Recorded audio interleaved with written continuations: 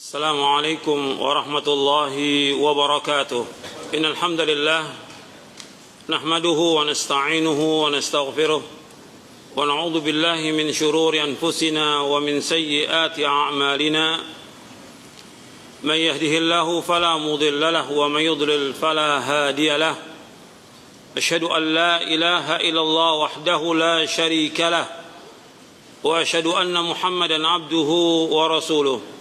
Bahwa syarat untuk masuk surga itu dengan tauhid. Gak bisa orang masuk surga tanpa tauhid. Jadi harus dengan tauhid. Jadi syarat. Makanya dalam judulnya saya sebut tauhid pemersatu umat dan syarat untuk masuk surga. Syarat.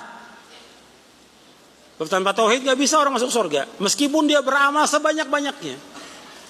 Makanya pernah ditanyakan oleh Aisyah radhiyallahu anha tentang Ibnu Jud'an, yang dia di Mekah banyak melakukan amal-amal soleh, menolong orang miskin, menjamu orang-orang menunaikan ibadah haji, menolong anak yatim. Kata Aisyah, apakah bermanfaat dia amal solehnya itu? Kata Nabi, enggak bermanfaat. Tidak bermanfaat sampai dia mengucapkan dua kalimat syahadat. Sampai mengucapkan kalimat, sampai dia mengucapkan kalimat tauhid, baru bermanfaat buat dia. Makanya orang-orang kafir yang melakukan amal soleh apa aja nggak akan diterima oleh Allah. Di dunia dibalas, tapi di akhirat tidak. Orang kafir, ya meskipun dia berbuat kebaikan, apa sih berbuat kebaikan? Kan ada orang kafir yang dia berbuat kebaikan, nolong anak yatim, orang miskin. Bahkan ada orang kafir sekarang ini yang bangun masjid. Ada orang kafir yang nolong membantu pondok pesantren. Bahkan masuk lagi ke pondok, ya, pakai sarung, pakai pici. Dan bodohnya umat Islam tertipu dengan itu. Mestinya kan kita menghadapi orang kafir, ya tetap dia orang kafir. Mesti ada apa? Barok orang kafir. Nggak bisa mencintai orang kafir, nggak boleh orang beriman mencintai orang kafir, tidak boleh selama-lamanya, tidak boleh. Hatta dia orang tua, anak, saudara, nggak boleh mencintai orang kafir. Nggak boleh ada seberat zarrah ini cinta pada orang kafir, tidak boleh selama-lamanya. Kalau dia mencintai orang kafir, maka dia bukan orang beriman. Orang munafik itu bukan orang beriman. Kalau mencintai orang kafir, nggak ada yang namanya orang beriman itu mencintai orang kafir, nggak ada, nggak boleh. Mau antum buktikan ayatnya? Antum lihat dalam surah Al-Mujadilah ayat 22, surah 58 ayat 22. Antum lihat ayatnya, biar antum tahu. Sekarang ini banyak orang-orang mencintai orang kafir, mendukung orang kafir, ya, mendukung orang, membela lagi orang kafir. Dipertanyakan imannya itu, imannya. Untuk melihat di surah Al-Mujadilah surah 58 di ayat 22. Ayat 22. Allah berfirman, la tajidu qauman yu'minuna billahi wal yawmil akhir yuwadduna man hadallahu wa rasulahu walau kanu aba'ahum aw abna'ahum aw ikhwanahum aw ashiratahum ulaika kataba fi qulubihimul iman wa ayyadahum bi ruhin min wa yudkhiluhum jannatin tajri min tahtiha al-anharu khalidina fiha radhiyallahu anhum wa radu an ulaika hizbullah ala inna hizballahi humul muflihun. Engkau tidak akan dapati satu kaum yang beriman kepada Allah dan hari akhir saling mencintai kepada orang-orang yang menentang Allah dan Rasulnya, meskipun yang menentang itu bapak mereka atau anak mereka atau saudara mereka atau keluarga mereka. Allah sudah tuliskan pada hati mereka orang yang beriman itu, yaitu iman, dan Allah telah kuatkan mereka dengan pertolongan daripadanya. Dan Allah masukkan mereka ke dalam surga yang mengalir di bawahnya sungai-sungai yang mereka kekal dalamnya selama-lamanya. Allah redha kepada mereka, mereka pun redha kepada Allah. Mereka adalah golongan Allah. Ketahuilah sungguhnya golongan Allah itu orang-orang yang menang. Jadi Allah menyebutkan di sini, engkau nggak akan dapati yang namanya orang yang beriman kepada Allah mencintai siapa? Orang kafir, nggak akan dapati. Meskipun orang kafir itu bapak mereka, anak mereka, saudara mereka, keluarga mereka, nggak akan cinta. Nggak boleh mencintai orang kafir selama-lamanya, nggak boleh. Kalau dia mencintai orang kafir, berarti yang tidak benar apanya? Imannya nggak benar, dia orang munafik ini, bukan orang beriman. Jelas? Nanti saya sebutkan lagi ayat yang lain. Kalau antum mau tanyakan lagi, saya sebutkan lagi ayat yang lain. Jadi orang kafir meskipun dia melakukan amal soleh, diterima atau tidak di hari kiamat oleh Allah? Tidak, nggak akan diterima oleh Allah.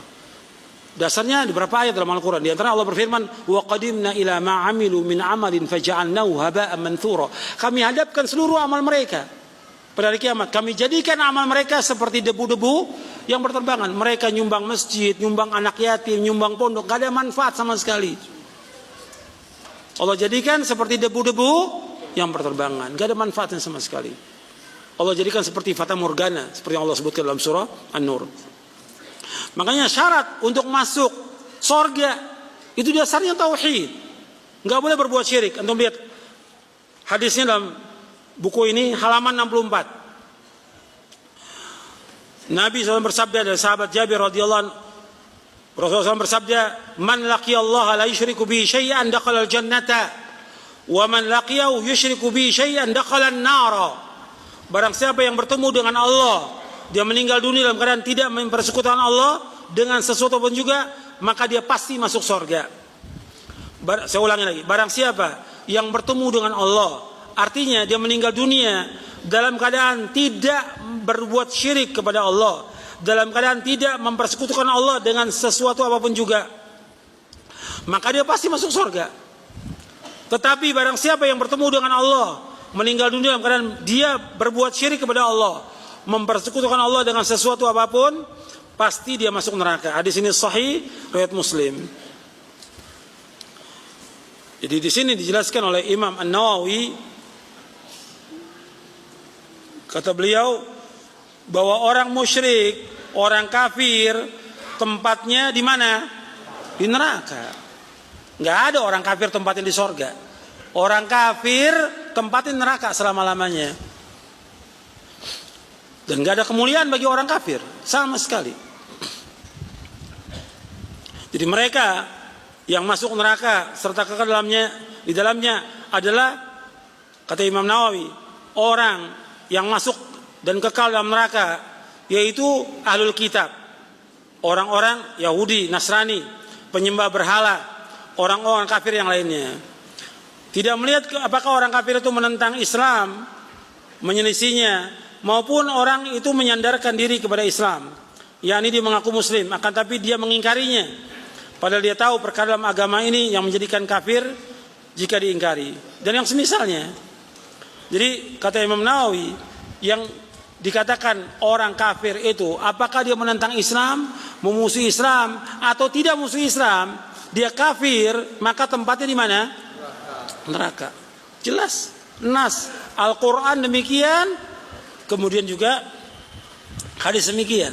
Kalau nas Al-Quran, Allah menyebutkan nama Al-Quran, innal ladzina kafaru min ahlil kitabi wal musyrikina fi nari jahannam khalidina fiha ulaika hum syarrul bariyah. Sesungguhnya orang-orang kafir dari ahlul kitab dan orang-orang musyrik tempatnya di mana kata Allah? Dalam neraka. Kekal dalam neraka selama-lamanya. Dan mereka sejelek-jelek makhluk di muka bumi. Allah yang firmankan dalam Al-Quran. Nggak bisa dibela orang kafir. Sehebat apapun, apakah dia jujur, dia amanah, segala macam, nggak bisa dibela. Kafir tetap kafir, tempatnya di neraka. Menurut Al-Quran, nggak boleh dibela. Nas Al-Quran, mau nentang Al-Quran, tambah lagi ntar yang melecehkan Al-Quran akhirnya. Nas Al-Quran, kita nggak keluar dari itu. Quran Sunnah, nggak ada yang lain udah. Dalil kita dalam kita berpijak Quran wa Sunnah ala fahmi salaf. Bukan kata ustad, bukan kata dai, bukan kata kiai, bukan kata yang lain. Kata dalil dari Quran dan Sunnah. Itu yang wajib kita ikut. Itu jalan selamat dunia dan akhirat. Dan ini yang wajib dijawabkan kepada umat tentang tauhid. Tauhid harus kita jelaskan kepada umat bahwa orang yang mentauhidkan Allah itu akan dijamin dengan apa? Dengan surga. Kalau mereka berbuat dosa, mereka berbuat maksiat, kalau tauhidnya benar, Allah akan ampunkan dia. Allah akan ampunkan. Karena Allah berjanji demikian. Kalau orang-orang yang mereka mentauhidkan Allah subhanahu wa ta'ala, tetapi dia masih berbuat kesalahan, kekeliruan, sebagai anak Adam, manusia, tapi tauhidnya lurus, akan diampunkan dosanya. Antum lihat di halaman 42 Antum lihat halaman 42. Dari Anas bin Malik radhiyallahu anhu, aku pernah mendengar Rasulullah bersabda, Allah SWT berfirman, ya ibna Adam, lau ataitani bi qurabil ardi khataya, thumma lakitani la tusyriku bi syai'an, la ataituka bi qurabiha maghfiratan. Wahai anak Adam, seandainya kamu datang kepadaku dengan dosa sepenuh bumi, sedangkan ketika meninggal kamu berada dalam keadaan tidak mempersekutukan aku dengan sesuatu apapun juga, niscaya aku akan datang kepada kamu, memberikan ampunan kepada kamu sepenuh bumi pula. Hadis ini sahih dari Tirmidzi, Ahmad, Darimi. Dan ini menunjukkan apa? Keutamaan tauhid. Banyak keutamannya, puluhan keutamaan tauhid. Makanya kita wajib belajar tentang tauhid, memahami tentang tauhid, mengamalkan tentang tauhid, dan ajarkan keluarga kita tentang tauhid. Makanya antum lihat, Abul Anbiya, bapaknya para nabi. Siapa bapaknya para nabi? Nabi Ibrahim. Nabi Ibrahim diperintahkan oleh Allah untuk menegakkan tauhid, menjauhkan syirik. Maka Nabi Muhammad SAW diperintahkan oleh Allah untuk mengikuti milahnya siapa? Nabi Ibrahim alaihissalam. Diperintahkan oleh Allah untuk mengikuti milahnya Ibrahim. Nabi Ibrahim alaihissalam, dia mentauhidkan Allah, menjauhkan syirik. Bahkan dia berkata kepada bapaknya, untuk apa? Untuk mentauhidkan Allah, menjauhkan syirik, dan dia berlepas diri.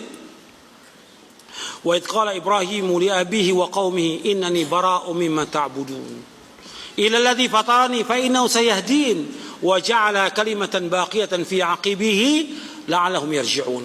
Dalam surah Az-Zukhruf ayat 26 sampai 28. Allah berfirman, ingatlah tatkala Ibrahim berkata kepada ayahnya dan kepada kaumnya, innani bara'u mimma ta'budun, aku berlepas diri dari apa yang kalian sembah. Semua yang disembah oleh bapaknya, oleh kaumnya, semuanya berlepas diri, ditinggalkan. Ini mana adalah ilallah, illalladzi fatarani, kecuali zat yang menciptakan aku, itu Allah SWT. Fa innahu sayahdin, Allah pasti akan menunjuki aku. Wa ja'ala kalimatan baqiyatan fi aqibi ila al-mayyit, Allah jadikan kalimat ini sebagai kalimat yang kekal bagi anak cucu Nabi Ibrahim, agar mereka kembali kepada kalimat ini. Kalimat apa?